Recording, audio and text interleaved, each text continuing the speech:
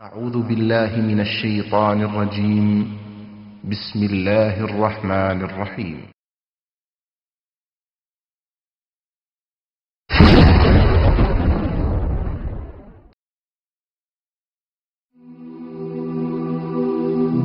মৃত্যু এমন এক বাস্তবতা যার থেকে কেউ পলায়ন করতে পারবে না। প্রত্যেকটি প্রাণীকেই মৃত্যুর স্বাদ আস্বাদন করতে হবে। আল্লাহ তাআলা পবিত্র কালামে মাজিদে ইরশাদ করেন, কুল্লু নাফসিন যায়িকাতুল মাউত, প্রতিটি প্রাণী ওই মৃত্যুর স্বাদ আস্বাদন করবে। কুল ইন্নাল মাউতাল্লাযী তাফিররুনা মিনহু ফাইন্নাহু মুলাকীকুম, হে নবী আপনি বলে দিন, মৃত্যু যার থেকে তোমরা পলায়ন করছো সে অবশ্যই তোমাদের সাথে সাক্ষাৎ করবে। আইনামা তাকুনু ইউদরিকুমুল মাউত ওয়ালাউ কুনতুম ফি বুরুজিম মুশাইয়াদা, তোমরা যেখানেই থাকো না কেন মৃত্যু তোমাদেরকে পাকড়াও করবেই, যদিও তোমরা সূর্য দুর্গে অবস্থান করো। লিকুল্লি উম্মাতিন আজাল ইযা জাআ আজালুহুম ফালা ইস্তাখিরুনা সাআতান ওয়ালা ইস্তাকদিমুন, প্রত্যেকটি জাতিরই মৃত্যুর জন্য একটি নির্ধারিত সময় রয়েছে। যখন সেই নির্ধারিত সময় চলে আসে তখন তার থেকে এক মুহূর্ত আগ পিছ করা হয় না। এই ক্ষণস্থায়ী পৃথিবী যাকে নিয়ে তোমরা স্বপ্ন দেখছো, এই স্বপ্নের পৃথিবীও একদিন ধ্বংস হয়ে যাবে। কিয়ামতের সময় যখন নিকটবর্তী হবে তখন আল্লাহ সুবহানাহু ওয়া তাআলা নিজের দায়িত্বপ্রাপ্ত ফেরেশতাকে সিংহায় ফুৎকার দেওয়ার আদেশ দিবেন।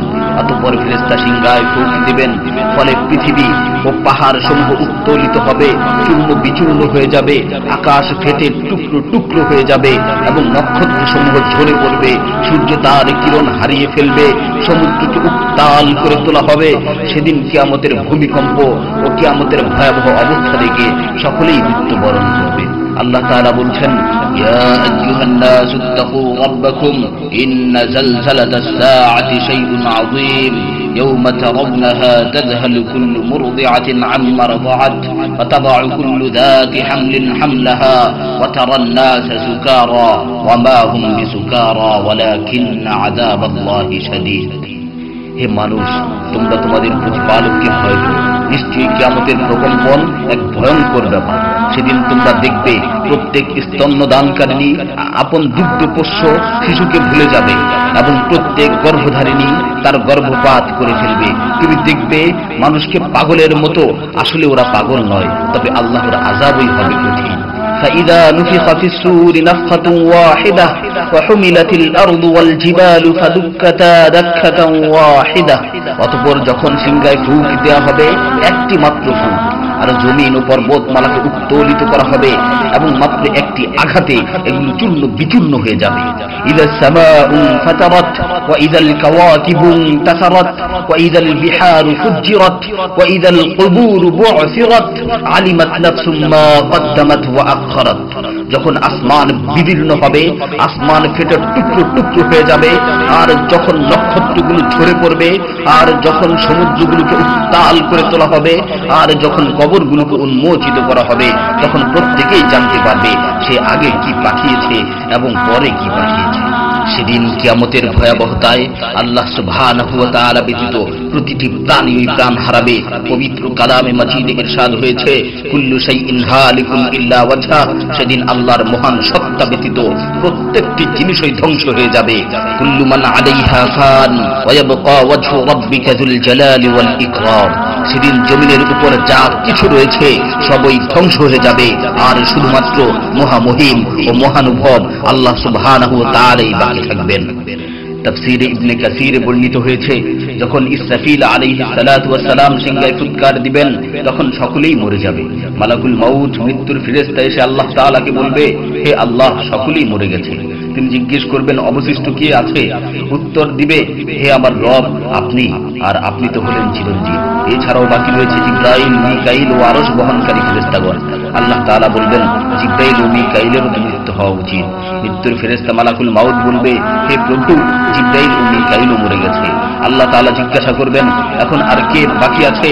সে বলবে, এখন আমি বাকি আছি ও আরশ বহনকারী ফেরেশতাগণ বাকি আছে। তখন আল্লাহ তাআলা বলবেন, আরশ বহনকারীদেরকেও মরতে হবে, তারাও মরে যাবে। আল্লাহ তাআলা আবার জিজ্ঞাসা করবেন, এখন কে বাকি আছে?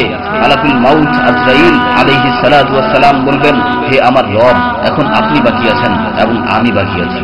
তখন আল্লাহ তাআলা আজরাইল আলাইহিস সালাতু ওয়াস সালামকে বলবেন, তুমি তো আমার মাখলুক, সুতরাং তুমিও মরে যাও। তিনি তৎক্ষণাৎ মরে যাবেন এবং শুধুমাত্র আল্লাহ তাআলাই বাকি থাকবেন। অতঃপর আল্লাহ সুবহানাহু ওয়া তাআলা জমিনকে ভাঁজ করে ফেলবেন এবং তিনি 3 বার বলবেন, আনাল জব্বার, আনাল জব্বার, আনাল জব্বার, আমি প্রতাপশালী, আমি প্রতাপশালী, আমি প্রতাপশালী। অতঃপর তিনি 3 বার জিজ্ঞাসা করবেন, লিমানিল মুলকুল ইয়াউম, লিমানিল মুলকুল ইয়াউম, লিমানিল মুলকুল ইয়াউম, আজকের রাজত্ব কার, আজকের সার্বভৌমত্ব কার, আজকের আধিপত্য কার? জবাব দেওয়ার মতো কেউই থাকবে না। তিনি আবার উত্তর দিবেন, লিল্লাহিল ওয়াহিদিল কাহ্হার, আজকের রাজত্ব, আজকের সার্বভৌমত্ব, আজকের আধিপত্য পরাক্রমশালী একমাত্র আল্লাহ। ইবনে ওমর রাদিয়াল্লাহু তাআলা আনহু হতে বর্ণিত অপর এক হাদিসে ইরশাদ হয়েছে, কিয়ামতের দিন আল্লাহ সুবহানাহু ওয়া তাআলা আসমান জমিনকে ভাঁজ করে নিজ হাতে গুটিয়ে নেবেন। অতঃপর বলবেন, আনাল মালিক, আনাল জব্বার, আনাল মুতাকাব্বির, আমি বাদশা, আমি প্রতাপশালী, আমি অহংকারী।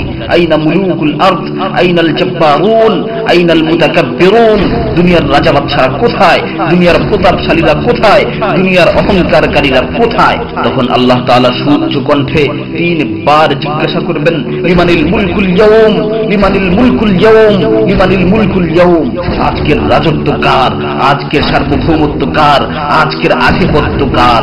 অতঃপর তিনি 3 বার উত্তর দিবেন, লিল্লাহিল ওয়াহিদিল কাহ্হার, আজকের সার্বভৌমত্ব, আজকের রাজত্ব, আজকের আধিপত্য প্রতাপশালী একমাত্র আল্লাহ সুবহানাহু ওয়া তাআলা।